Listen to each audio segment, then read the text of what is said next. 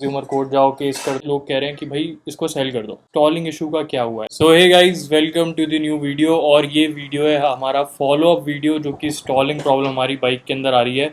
और last video पे बहुत सारा प्यार दिया आपने, करीब 420 कमेंट्स, और मेरे पास बहुत सारे डीएम भी है मेरे इंस्टाग्राम के अंदर। मेरे पास 10 से 15 लोगों के ऐसे मैसेज आए हैं जिन लोगों ने मेरे को बताया है कि उनने अपनी ट्रायम्फ स्पीड 400 की बुकिंग कैंसिल कर दी है हमारी वीडियो देख के।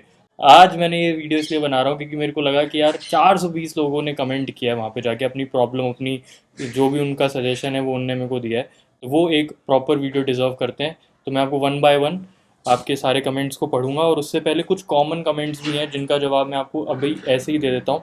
उसमें सबसे पहला कॉमन जो कमेंट है वो ये है कि स्टॉलिंग इशू का क्या हुआ है। देखो, स्टॉलिंग इशू अभी भी हमारी बाइक के अंदर आ रही है। दूसरा जो कॉमन कमेंट है वो ये है, लोग कह रहे हैं कि भाई इसको सेल कर दो, आप कोई दूसरी बाइक ले लो, या फिर आप जो है इसको तो सेल करो। तो यार देखो, लास्ट ईयर 4 अप्रैल को हमने इस बाइक की डिलीवरी ली थी, और अभी हम मार्च 2026 के अंदर बैठे हैं, यानी कि बाइक को 1 साल भी जो है पूरा नहीं हुआ है। तो हमको इसकी एनिवर्सरी भी मनानी है अभी, तो 4 अप्रैल को। प्लस उसके साथ साथ बाइक को सेल नहीं करेंगे, क्योंकि ये सिर्फ बाइक नहीं है, सिर्फ लोहे का टुकड़ा नहीं है, इससे बहुत ज़्यादा इमोशंस अटैच हैं। जैसे आपकी बाइक के साथ अटैच होते हैं, हमारी थंडर के साथ अटैच हैं, क्योंकि ये स्पीड 400 से पहले हमारी थंडर है, इसका एक नाम है थंडर। तो थंडर को हम सेल तो कभी नहीं करेंगे, चाहे कितना भी दुख दे, वो सारा दुख हम सहेंगे और इसी तरीके से प्यार करते रहेंगे। नेक्स्ट जो कमेंट आया है मेरे पास, जो सबसे ज़्यादा कॉमन कमेंट है, वो है, लोगों ने मुझे कहा है, रुको मैं पढ़ के भी बताता हूँ, बहुत सारे लोगों के कमेंट आए हैं कि देखो, sold my Triumph after 2 years, I purchase on January 2024, even I was happy with the purchase. I was quality issues थे, परफॉर्मेंस इश्यूज़ थे, काफ़ी सारी सर्विस सेंटर बार बार जाना पड़ता। बहुत लंबा कमेंट लिखा है भाई ये तो। सम अदर इश्यूज़ भी बताया, जैसे कि वाइब्रेशन है, परफॉर्मेंस है, इंडिकेटर है, इंजन गैसकेट लीक प्रॉब्लम है, ये तो मुझे नहीं हुआ है अभी तक। और चेन स्प्रॉकेट से नॉइस ये आती है, बिल्कुल आती है। उसके लिए चेन स्प्रॉकेट से अगर आपको ज़्यादा नॉइस आती है, इसका हमने जो है पूरा तोड़ निकाला है। वो ये है, चेन का जो ल्यूब है वो लगाने से पहले जब आप चेन क्लीनर लगाते हो, उसको आप करीब करीब 10 से 15 मिनट तक लगाने के बाद छोड़ दो। इंस्टेंटली ल्यूब अप्लाई करोगे तो वो ल्यूब भी निकल जाएगा। मैं कोशिश करूंगा एक और चेन ल्यूब की वीडियो में बना दूं आपके लिए। चेन ल्यूब अगर आप 800 किलोमीटर या 1000 किलोमीटर बाद करते हो तो आप 700 पे कर दो। हो सकता है हाई परफॉर्मेंस बाइक है तो इस पर ज़्यादा टिकता ना हो, या जो भी इशू है तो वो इससे सॉल्व हो जाएगा। दूसरा मेरे को जो है आपने सजेशन दिया है कि नहीं, आपने अपनी प्रॉब्लम बताई है, starter motor issue which had replace due to failure, had to RSA, break down हो गई थी बाइक, और ये सब स्पेयर पार्ट्स आपको 10-15 दिन में मिले थे, ये भी एक इशू है। तो यार देखो, मेरे साथ अभी ये सारी जो प्रॉब्लम आपने लिस्ट करी, ये मेरे को नहीं आई है। प्लस मेरे को जो है पार्ट्स का भी ऐसा सच कोई इशू नहीं आया। जब मेरे इंश्योरेंस में हुआ था तभी मेरे को बस बाइक एक बार 1 महीने के लिए खड़ी रखनी पड़ी थी, अदरवाइज़ मेरे को सारे पार्ट्स हमारे जयपुर में तो मिल जाते हैं। आपने ये कमेंट कहाँ से किया, एक बार दोबारा कमेंट करके बताओ मुझे, आप कहाँ से बात कर रहे हो। स्टॉलिंग का इशू और बहुत सारे लोगों को आया, तो उनने अपनी प्रॉब्लम बताई है कि भाई मेरे को भी स्टॉलिंग इशू है, मेरे को भी स्टॉलिंग इशू है। नो मैटर वॉट, आपकी गाड़ी 2026 है, 25 है, 24 है, 23 है, तो ये कोई मैटर ही नहीं करता। मैटर ये करता है क्या स्टॉलिंग इशू आ रहा है, तो जवाब है हाँ, स्टॉलिंग इशू आ रहा है। बहुत सारे लोग, मैंने आपको बताया, लोगों ने अपनी बाइक कैंसिल कर दी है। यार अब ये वीडियो देख के मेरे को ऐसा भी लग रहा है कि कितने लोगों का सपना होगा और उनने ये वीडियो देख के बुकिंग ही कैंसिल कर दी। बट एनीवेज, जो सच था मैंने आपको वो बताया। और सुजातो जी ने क्या कमेंट करा है वो भी देख लेते हैं। Things I did in my speed 400 to resolve this issue, switch back to stock spark plug. अब यार ये मेरे को समझ नहीं आता, कुछ लोग बोल रहे हैं NGK का जो है आप स्पार्क प्लग लगाओ, कुछ लोग बोल रहे हैं स्टॉक ही रहने दो। मेरी बाइक के अंदर मैंने ऑल दो कोई भी आफ्टर मार्केट चीज़ नहीं लगाई है, और वो इसलिए भी नहीं लगाई क्योंकि मेरे को जो बाइक कंपनी से बन के आती है वही परफेक्ट लगती है। आफ्टर मार्केट कुछ भी कराना मेरे को सेंसेबल नहीं लगता। एक्सेसरी वगैरह भी जो भी मैंने इसके अंदर लगाई वो सब कुछ प्रॉपर ट्रायम्फ की है। अब मैं सोच रहा हूँ कि इस पर कुछ आफ्टर मार्केट एक्सेसरीज लगानी चाहिए या नहीं, पर वो जस्ट एक थॉट है। आप मुझे बताओ कौन सी एक्सेसरीज आप देखना चाहोगे हमारी बाइक पे। दूसरा, मुझे आपने कहा कि थ्रॉटल बॉडी क्लीन कर लो, तो throttle body clean, fuel clean कर लो, फ्यूल फिल्टर चेंज कर लो, replace new air filter, use good quality petrol. मैं सबका जवाब दूंगा एक साथ में। Use once Prolube fuel system cleaner, ये भी कर चुके हैं। Also service centre to a software reset update.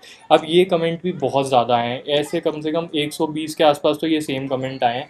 Now मैं आपको बताया था, मैंने उस वीडियो के अंदर भी बताया था कि बाइक कम से कम 1 महीना रही थी और 85 किलोमीटर्स उन लोगों ने इस बाइक को चलाया था। मैंने उनको कहा था कि आपको इसमें जो करना है करो। ECU अपडेट उनने मेरे सामने किया था, जो लेटेस्ट अपडेट था। इसके अलावा प्रो ल्यूब जो इनका फ्यूल क्लीनर है वो मैं रेगुलरली यूज़ कर रहा था। हर टैंक टू टैंक में एक बार जब टैंक फुल कराता था वो पूरी बॉटल डाल लेता था, उसके बाद भी मेरे को ये इशू रिजॉल्व नहीं हुआ था। एयर फिल्टर सर्विस पे ही चेंज होता है, तो उन्होंने सर्विस पे चेंज किया था फर्स्ट सर्विस पे, सेकंड सर्विस हुई नहीं है। सेकंड सर्विस पे एयर फिल्टर चेंज करा लेंगे। प्लस गुड क्वालिटी पेट्रोल की बात करें तो मैं 95 ऑक्टेन यूज़ कर रहा हूँ, इंडियन ऑयल का या फिर HP का जो आता है, ये दो ब्रांड्स ही मैं यूज़ करता हूँ। जियो का मेरे घर से थोड़ा दूर है तो वहाँ जाने का टाइम नहीं मिलता, तो इन शॉर्ट अच्छी क्वालिटी का पेट्रोल इस्तेमाल कर रहे हैं। और सर्विस सेंटर सॉफ्टवेयर अपडेट कर चुका है, ये मैं आपको जवाब दे चुका हूँ इसका। मेजरली जो लोगों ने मुझे कहा है, जैसे यहाँ पे सैंकी ने कमेंट किया, वो उन्होंने बोला कि उनने भी बाइक ली थी, उसके बाद उनने ECU अपडेट कराया, उनकी 400X है, उसमें भी ये इशू आ रहा है। तो मुझे ये लगता है यार, ये इशू ना बहुत ज़्यादा कॉमन है 400cc बाइक्स के अंदर। और जितने भी सजेशन आपने दिए हैं वो मेजरली कॉमन सजेशन है, जो या तो मैं ऑलरेडी करके देख चुका हूँ। अब जो चीज़ें मैंने नहीं करी है उनका मैं नाम बता देता हूँ। वो ये है कि कुछ लोगों ने मेरे को बोला है कि आप कैस्ट्रॉल का इंजन ऑयल इसके अंदर डालो। तो इंजन ऑयल अभी इसकी सर्विस होगी अप्रैल के अंदर, जो कि इसकी सेकंड सर्विस होगी, उसमें हम बोलेंगे सर्विस सेंटर वालों को कि इसमें आप एक बार कैस्ट्रॉल का इंजन ऑयल डालो। हालांकि मुझे लगता नहीं है कि वो लोग HP से चेंज करने देंगे, वो लोग बोलेंगे कि वारंटी का इशू है, ये है वो है। तो वो हम उस टाइम में आपको एक वीडियो बना दूंगा, अगर वो करने देंगे तो वो भी करके देख लेंगे। कैस्ट्रॉल का इंजन ऑयल कैसा है ये भी पता हमको लग जाएगा। प्लस इसके अलावा मैं ये भी सोच रहा हूँ कि एक बार हम ना सर्विस सेंटर चेंज कर लेते हैं। यूजुअली मैंने जो अपनी सर्विस बाइक की कराई है, जितनी बार भी बाइक गई है वो जयपुर के सर्विस सेंटर में गई है। तो इस बार मैं सोच रहा हूँ कि दिल्ली क्यों ना लेके जाएँ, एक छोटी सी राइड भी हो जाएगी, प्लस यहाँ पे जो है हमको उधर की सर्विस का एक्सपीरियंस भी लग जाएगा। हालांकि जयपुर के सर्विस सेंटर में जितने भी लोग काम करते हैं, अगर वो हमारी वीडियो देख रहे हैं, तो उनकी सर्विस में काफ़ी ज़्यादा सेटिस्फाइड हूँ। मेरे को सही लगता है कि वो रिस्पॉन्स दे देते हैं। पर हाँ, ये स्टॉलिंग इशू तो है, वो है, पहले से कम हो गया है, मैं ये ज़रूर कहूँगा, पर ख़त्म नहीं हुआ है, ये भी एक सच बात है। So let's see second service पे क्या होता है, किस तरीके से हमको टाइम मिलता है, उस पर ये चीज़ डिपेंड करती है।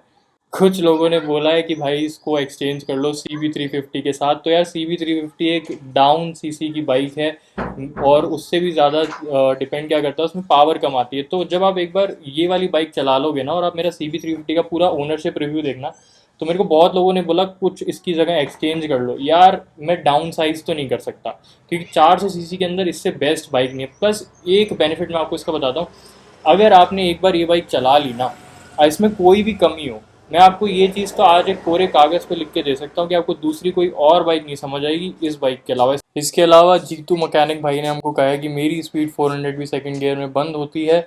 अभी 1500 किलोमीटर चली है और 2 महीना हुआ है, लेकिन माइलेज 30 का मिल रहा है। भाई हेड्स ऑफ टू यू, आप 30 का माइलेज निकाल रहे हो।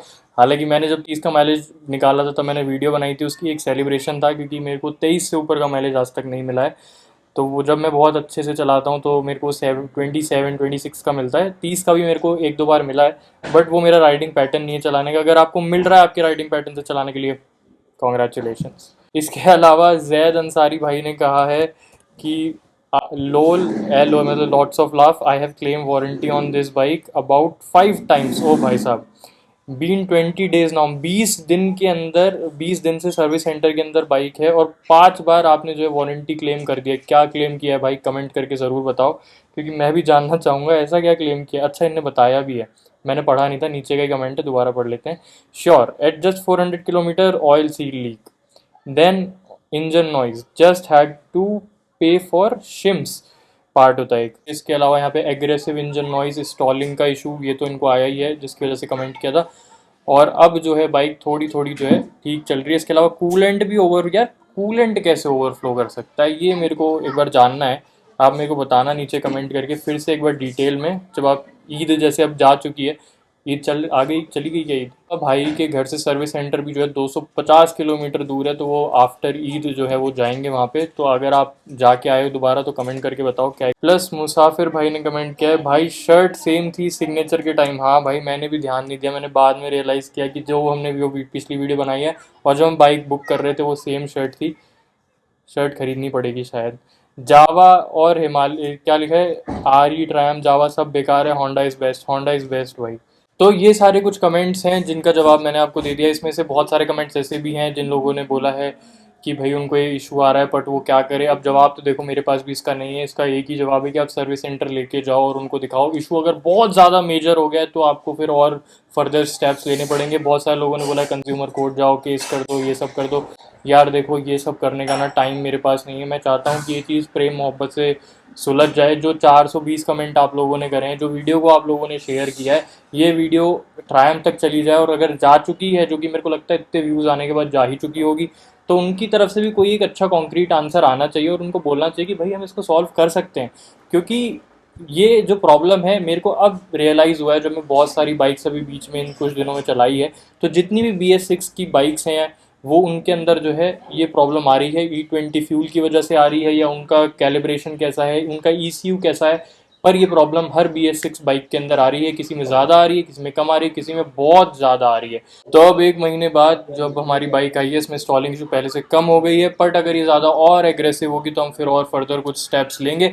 आपका क्या एक्सपीरियंस रहा है ट्रायम्फ 400 के साथ, आप मुझे नीचे कमेंट करके बता सकते हैं। प्लस अगर आपका कोई और सजेशन है, वैसे तो आपका देखो इंजन ऑयल वाला सजेशन मैं नेक्स्ट सर्विस पे मानूंगा और कैस्ट्रॉल का इंजन ऑयल इसके अंदर डलवाऊंगा। स्पार्क प्लग वगैरह तो मैं देखो नहीं चेंज करने वाला, क्योंकि वो मैं कंपनी के हैं तो कंपनी के ही रहने देंगे। और कुछ एक्सेसरीज अगर आप चाहते हो लगाना, या आप चाहते हो कि मैं कुछ और एक्सेसरीज के अंदर इंस्टॉल करूँ, तो नीचे कमेंट करके ज़रूर बताइए।